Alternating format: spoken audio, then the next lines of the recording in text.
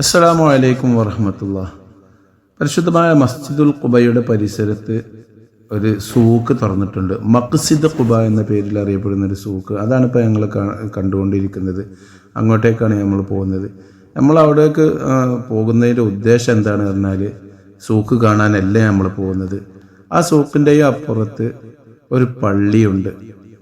അത് ചരിത്രത്തിൽ പ്രധാനപ്പെട്ട ഒരു പള്ളിയാണ്. ആ പള്ളി സന്ദർശിക്കാൻ വേണ്ടിയാണ് നമ്മളിപ്പോൾ പോയിക്കൊണ്ടിരിക്കുന്നത്.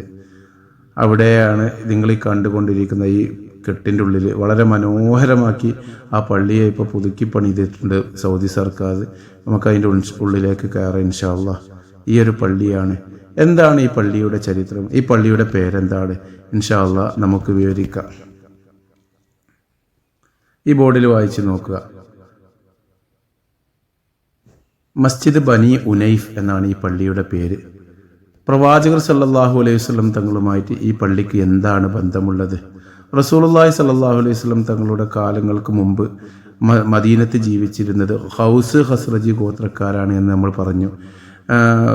ഈ ഹൗസിലും പിന്നെ അന്നത്തെ കാലത്തെ മദീനയിലുള്ള ഏതൊരു കുടുംബക്കാരെടുത്ത് നോക്കിയാലും ഒന്നെങ്കിൽ ഹൗസിലേക്കോ അല്ലെങ്കിൽ ഖസ്റജിയിലേക്കോ വന്നു ചേരുന്നതായിരുന്നു, അതല്ലെങ്കിൽ ജൂതന്മാരായിരുന്നു. പക്ഷേ ഈ ബനി ഉനൈഫ് ഗോത്രക്കാർ അവരിലൊന്നും പെടാത്ത അവരേക്കാൾ മുമ്പിൽ മദീനയിൽ വന്നുപെട്ടവരാണ് എന്നാണ് ചരിത്രത്തിൽ കാണുന്നത്.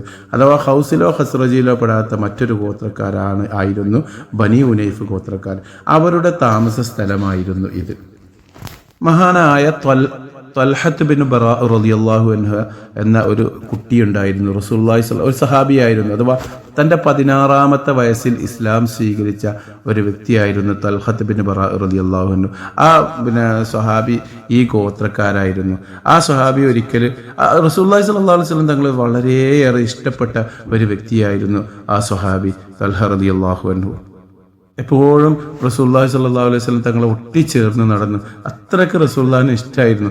അപ്പോൾ അതുകൊണ്ട് തന്നെ റസൂലുള്ളാഹി സ്വല്ലല്ലാഹു അലൈഹി വസല്ലം തങ്ങൾ ഒരു ദിവസം തൽഹനോട് പറഞ്ഞു, തൽഹ നീ പോയിട്ട് നിൻ്റെ ഉപ്പാനെ കൊന്നുവരുമോ എന്ന് ചോദിച്ചു. അപ്പം തന്നെ മഹാനവറുകൾ വാളെടുത്ത് ഊരി ഉപ്പാനെ കൊല്ലാൻ വേണ്ടി ഇറങ്ങി പുറപ്പെടുകയാണ്. കാരണം അത്രയ്ക്ക് റസൂലുള്ളാഹിനെ ഇഷ്ടമായിരുന്നു. അപ്പോൾ റസൂലുള്ളാഹി തൽഹനോട് പറഞ്ഞു, മോനെ, ഞാൻ കുടുംബബന്ധം മുറിക്കാൻ വന്ന പ്രവാചകനല്ല, കുടുംബബന്ധം ചേർക്കാൻ വന്നവനാണ് എന്ന് റസൂലുള്ളാഹി പറയുന്നതായെല്ലാം ഹദീസുകളിൽ നമുക്ക് വായിക്കാൻ സാധിക്കും.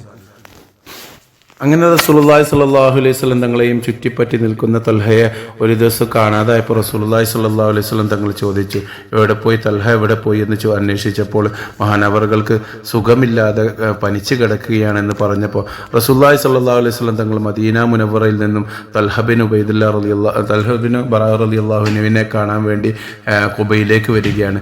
അങ്ങനെ ഖുബയിലെത്തി ആ രോഗവിവരമൊക്കെ അന്വേഷിക്കുന്ന സമയത്ത് റസൂലുള്ളാഹി സ്വല്ലല്ലാഹു അലൈഹി വസല്ലം തങ്ങൾക്ക് മനസ്സിലായി ഈ കുട്ടിയുടെ രോഗം മൂർച്ഛിച്ചിരിക്കുന്നു, കുട്ടി ഇനി മരിക്കാൻ പോവുകയാണെന്ന് മനസ്സിലാക്കിയ അള്ളാഹുവിൻ്റെ റസൂല് ആ കുടുംബക്കാരോട് പറഞ്ഞു, തൽഹയുടെ മുഖത്ത് ഞാൻ മരണം കാണുന്നുണ്ട്. നിങ്ങൾ തൽഹയെ എപ്പോഴാണോ തൽഹ മരിക്കുന്നത് അപ്പം തന്നെ എന്നെ വിവരം അറിയിക്കണം എന്നെല്ലാം പറഞ്ഞ് വസിയത്ത് ചെയ്തുകൊണ്ട് റസൂലുള്ളാഹി സ്വല്ലല്ലാഹു അലൈഹി വസല്ലം തങ്ങൾ ആ കുടുംബക്കാരിൽ നിന്ന് ഇറങ്ങിപ്പോയി. പിന്നീട് അന്ന് രാത്രി തന്നെ ഏകദേശം ഒരു പാതിരാത്രി 12 മണിയൊക്കെ കഴിഞ്ഞ സമയത്താണെന്ന് തോന്നുന്നത്, തൽഹ മരിക്കാനിരിക്കുന്ന സമയത്ത് ഈ വിവരം കുടുംബക്കാർ പങ്കുവെച്ച് ഇങ്ങനെ റസൂലുള്ളാഹിനോട് പറയാൻ പറഞ്ഞിട്ടുണ്ട്, തൽഹ മരിക്കാൻ ആണെങ്കിൽ എന്ന് പറഞ്ഞപ്പോൾ അത് കേട്ട തൽഹ പറഞ്ഞു, വേണ്ട, എൻ്റെ ഹബീബിനെ അറിയിക്കരുത്, ഞാൻ കാരണമായി റസൂലുള്ളാഹി സ്വല്ലല്ലാഹു അലൈഹി വസല്ലം തങ്ങൾ ഒരിക്കലും ബുദ്ധിമുട്ടാകരുത്, ഒരു നിലക്കും റസൂലുള്ളാഹിനെ എൻ്റെ മരണം അറിയിക്കരുത് എന്ന് വസിയത്ത് ചെയ്തു. കാരണം അന്നത്തെ കാലത്ത് ഖുബയുടെ ഈ ഒരു പ്രദേശമൊക്കെ മൊത്തം കാരക്കത്തോട്ടകൾ നിറഞ്ഞ പ്രദേശമായിരുന്നു. അതുകൊണ്ട് തന്നെ വലിയ ബുദ്ധിമുട്ടായിരുന്നു ആ പ്രദേശത്തേക്ക് വരാൻ. മാത്രമല്ല അവിടെ ജൂതന്മാരുടെ താമസ സ്ഥലം കൂടിയായിരുന്നു. ജൂതന്മാർ തിങ്ങി നിറഞ്ഞ് താമസിക്കുകയും കാരക്കത്തോട്ടങ്ങളൊക്കെ ഉള്ള ആ ഒരു പ്രദേശത്തേക്ക് പാതിരാത്രി റസൂലുള്ളാഹി വിവരം അറിഞ്ഞു വരികയാണെങ്കിൽ എന്തെങ്കിലും അപകട സാധ്യത ഉണ്ടാവുമെന്ന് ഭയന്നുകൊണ്ട് റസൂലുള്ളാഹി സ്വല്ലല്ലാഹു അലൈഹി വസല്ലം തങ്ങൾ അത്രയധികം സ്നേഹിക്കുന്ന തൽഹ പറഞ്ഞു, റസൂലുള്ളാഹിയെ വിവരം അറിയിക്കരുത്, രാവിലെ ആകുമ്പോൾ അറിഞ്ഞുകൊള്ളൂ എന്ന് പറഞ്ഞു. അങ്ങനെ ആ തൽഹ റളിയല്ലാഹു അൻഹു പറഞ്ഞു അന്ന് രാത്രി തന്നെ മരണപ്പെടുകയാണ്. അങ്ങനെ പിറ്റേന്ന് രാവിലെയാണ് റസൂലുള്ളാഹി സ്വല്ലല്ലാഹു അലൈഹി വസല്ലം തങ്ങൾ മരണ വാർത്ത അറിയുകയും ഈ പിന്നെ തൽഹയെ കാണാൻ വരികയൊക്കെ ചെയ്യുന്നത്. രാവിലെ വന്ന ആ സമയത്ത് അന്നത്തെ സുബഹി നമസ്കാരം ഈ പള്ളിയിൽ വെച്ച് നമസ്കരിച്ചു എന്നും അതല്ല പ്രഭാത നമസ്കാരം ഇവിടെ വെച്ച് നമസ്കരിച്ചു എന്നെല്ലാം ചരിത്രത്തിൽ അഭിപ്രായപ്പെടുന്നതായി കാണാം.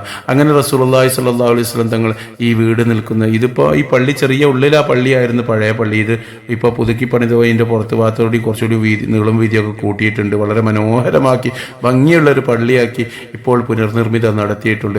അങ്ങനെ റസൂലുള്ളാഹി തങ്ങൾ ഇവിടെ നിന്ന് നമസ്കരിക്കുകയും ആ മഹാനായ തൽഹയുടെ ഖബറിൻ്റെ അടുക്കൽ പോയി, ഖബർ ഇതിൻ്റെ പരിസരത്ത് എവിടെയാണ് അല്ലാഹു അല്ല എവിടെയാണെന്ന് കാണിക്കുന്നില്ല, ഏതായാലും ആ ഖബറിൻ്റെ അരികിൽ പോയി സുദീർഘമായി അള്ളാഹുവിനോട് ദുആ ചെയ്യുകയും എല്ലാം ചെയ്തതായി നമുക്ക് ചരിത്രത്തിൽ വായിക്കാൻ സാധിക്കും.